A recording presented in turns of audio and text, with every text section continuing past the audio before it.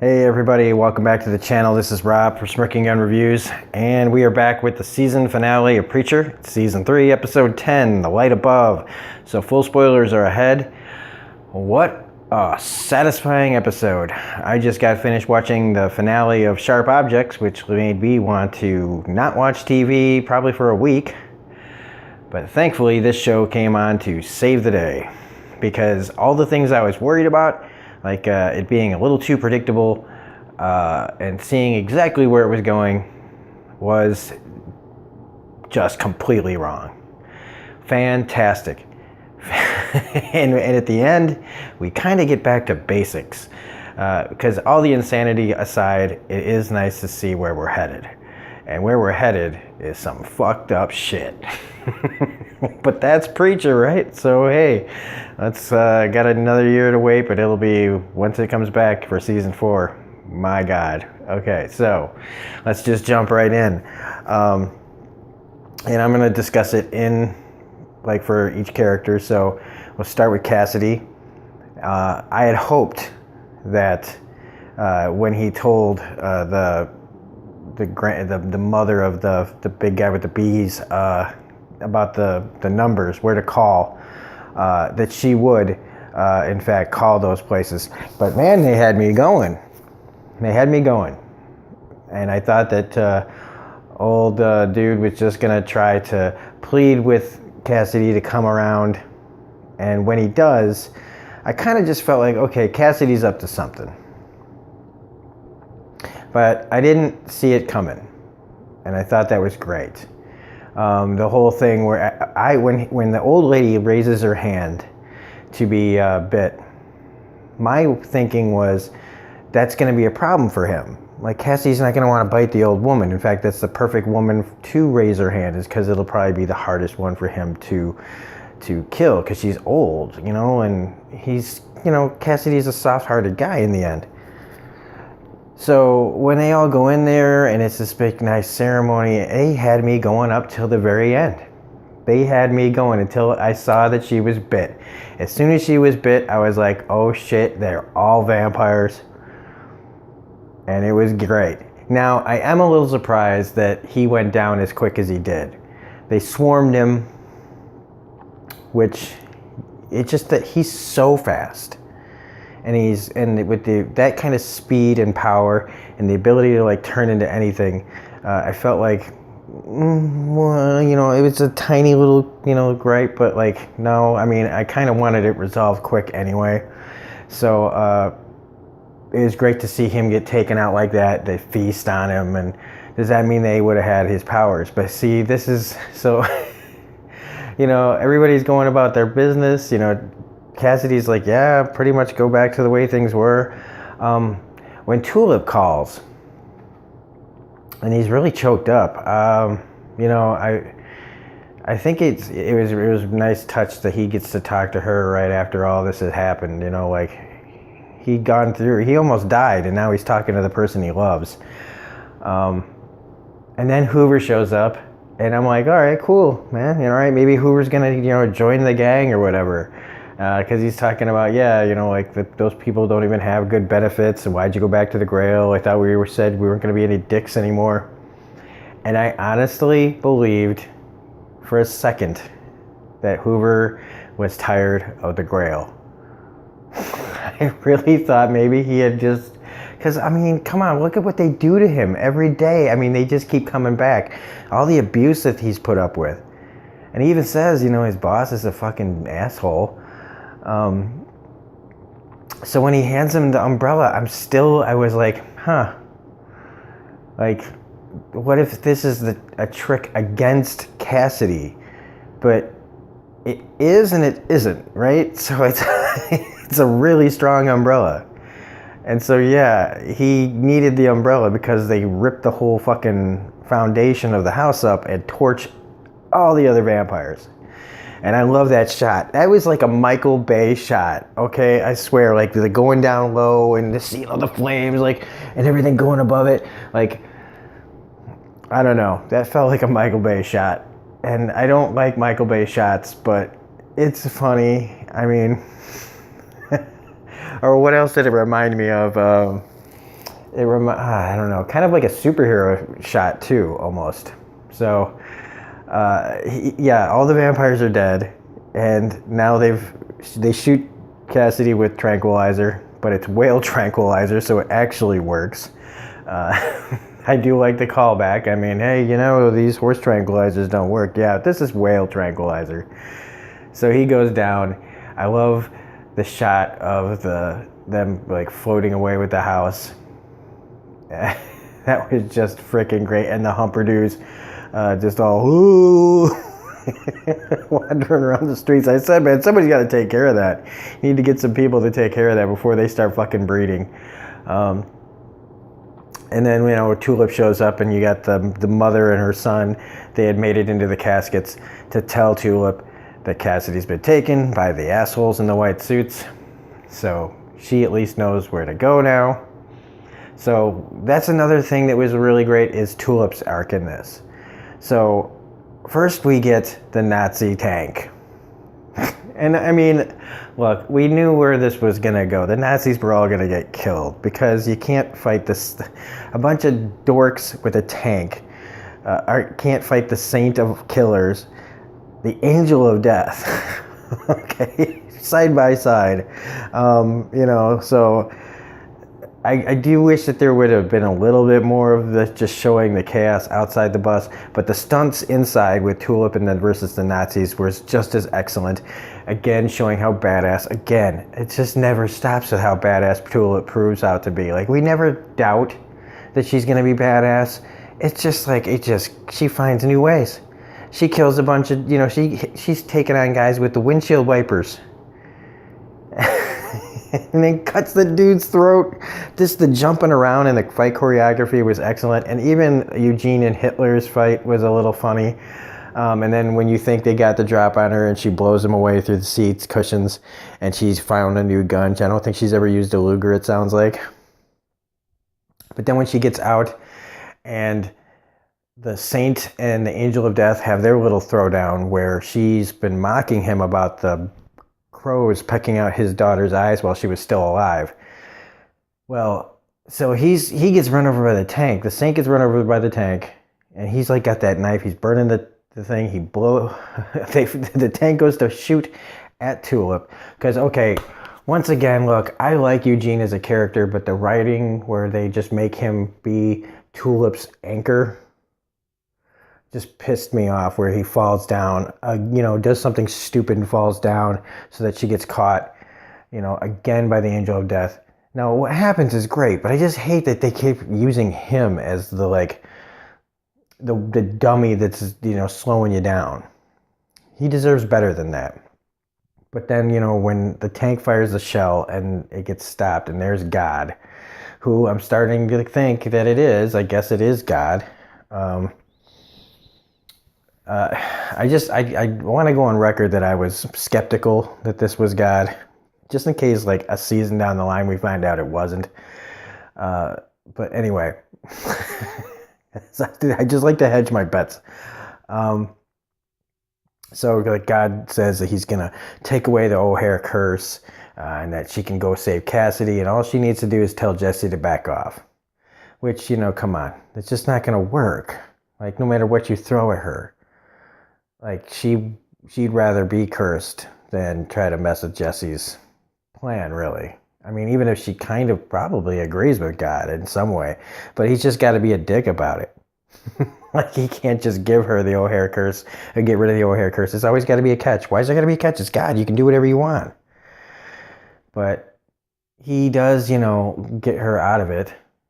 So that's one thing. He does get her out of it, and she does realize that she's got to go out. When he says that Cass is in danger, even though she thinks he's full of shit, she eventually realizes even if he is full of shit, she's got to check it out. She can't let Cass die.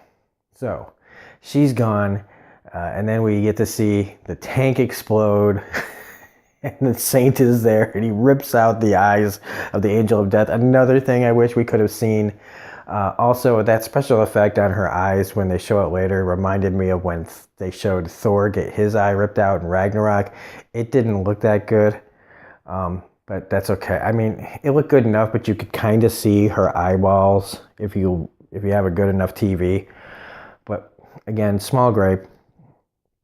So the Saint takes Eugene and Hitler and the Angel of Death back to hell.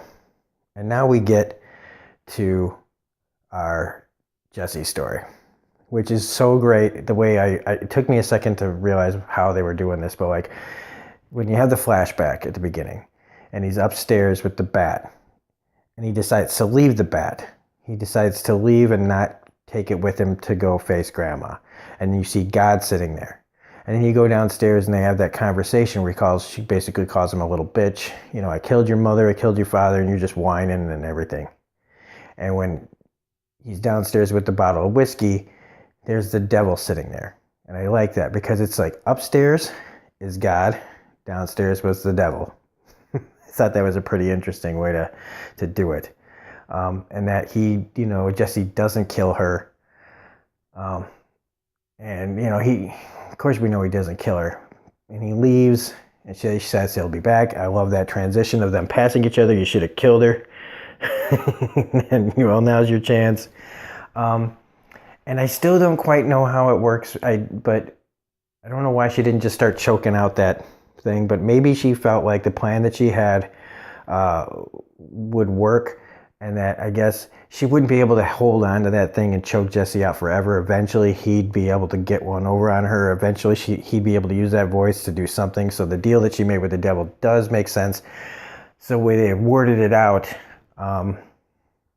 she didn't feel like she had to do anything like torturous to him. She thought that she could just have it over on him. But before we get to that, I love that Jesse hates TC, but not that much. I don't know. Just his existence. He's such a disgusting, pervy person. When you know what he's done, I don't know. Like, how do you, whatever. He has him shoot himself, which is great. But the fight between Jody and Jesse, epic. Fucking epic, and needed to be coming. It was like a showdown. Jesse won't use his powers on him. It's got to be a true fight. And I mean, it's just glorious the way he bashes his head against the wall. But I said to myself, after he bashed him up, I was like, and he tells TC to go get the gasoline. I was like, he's not dead. There's no fucking way he's dead. He's gonna get up. Just like in a horror movie, man. The guy's like fucking Jason Voorhees and shit. Like, you can just keep hitting him and he will keep getting up. And so when he lights a cigarette and he stands up, I was like, dude. But again, they mess with my expectations. We don't get him. He's not like some immortal. He just got up to say that he was like, proud of him, basically. Like, this was the day, like you done good. Like, you took me out. You fought me like a man, and then he dies. I'm almost sad to see Jody and TC go, just because they are just such weird, bizarre, like, just characters that are just, they're really interesting as far as bad people go. They're way more interesting than Granny, I have to say. Because she's just an evil vampire soul sucker who, feasts off of everybody around her. She's a succubus and she doesn't care about family. She's a selfish bitch. Jody and TC at least have this weird loyalty and sense of honor and code. It's really weird. So I actually feel their loss more. I mean, even TC is like, you have to kill me too, or you have to let me stay here and die because I don't have anywhere else to go. So that was just kind of interesting. I mean, I really will miss them in the end. So, I mean, they just make nice foils. I mean, I would love to just keep seeing like Jesse and Jody occasionally fight, like Peter Griffin and the chicken. Just every once in a while, he just shows up then they beat the shit out of each other. There's like no winner ever. Just like a massive amount of damage is done. And so we get to Granny and we find out that if Jesse kills her, he goes to hell and the power of Genesis goes with him if he kills her. Now, I don't know how you can make a deal for somebody else's soul. She has a deal with the devil with her soul. So how does he make a deal for Jesse's soul? But whatever. Because it doesn't really, it makes it a more interesting story if someday Jesse goes to hell. Because, yeah, he doesn't kill her right out. He makes her get rid of the souls. which is great, because she's condemned to death. And he didn't have to kill her. But then when he gets down the road, he can't help himself. He realizes it just doesn't feel like justice. And yeah, maybe someday I'll die, and maybe I'll go to hell, but she'll be going first. So, well, no, she gets to go to heaven, right? He says that if he kills her, she gets to go to heaven. So I don't know, he knew that. So why would he let her, why would he have her soul get sucked? Unless in some way, I don't know. Somebody tell me in the comment section how she didn't go to heaven. Because that's what it sounded like in the deal. But she's dead. So if she got to go to heaven, then isn't that not really justice? Shouldn't they... Whatever. Let's not focus on that for right now. So anyway, he gets his revenge by killing her. And then Tula picks him up. And then we go back to the saint in hell. Eugene trying to tell the devil that all he needs to do is ask God for forgiveness. Bless that dumb fucking moron. I love him, but he's just such a stupid ass.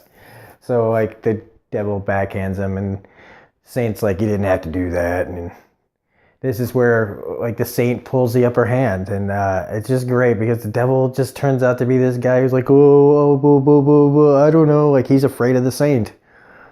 Whose idea was it with the crows? And he blames it on God.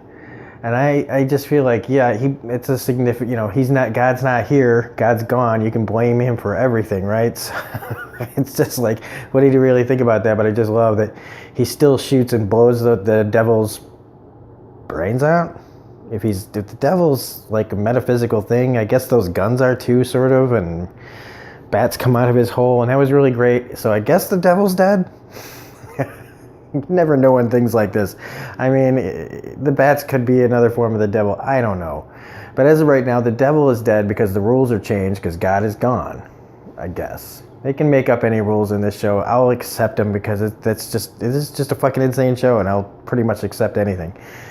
And so the saint leaves with Eugene to go after Jesse. So back to basics. Jesse getting hunted by the saint. And Hitler... the absence of a devil is allowed to take over hell. And immediately the angel of death starts wants him to have some plum cake. Why didn't she take the seat? I don't know. I guess it's funnier and more interesting if Hitler decides to run hell. And it is.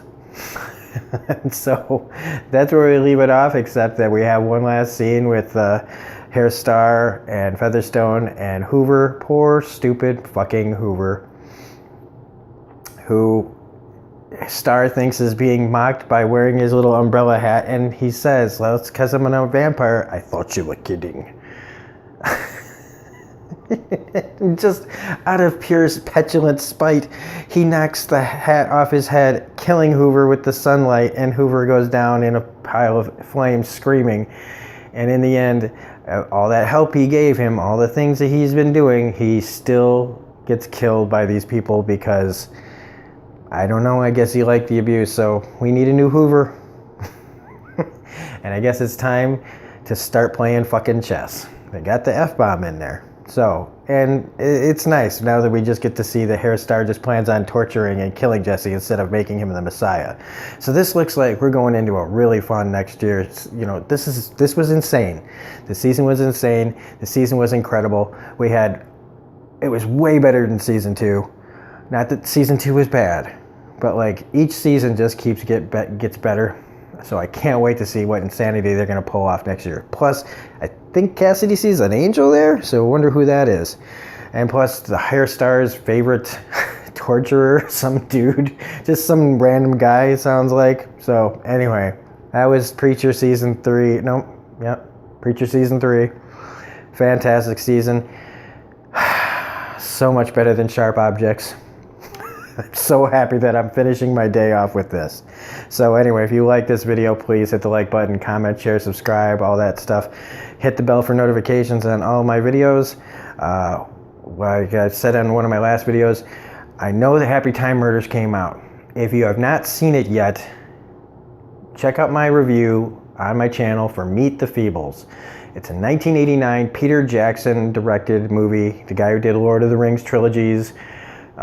He made a crazy puppet movie back in 1989 that is crazy raunchy. You know, like if you want to see puppets doing crazy adult themed stuff, watch that. It is messed up. I don't know what the Happy Time Murders is going to be like. I have a feeling I would hate it. So here's an option, and you can watch that movie, Meet the Feebles, free on YouTube. So you don't even have to pay for it. It's not the best quality, but it's there. So anyway, this is Rob for Smirking Gun Reviews saying, have a great night, and we'll see you next year, or on my next video.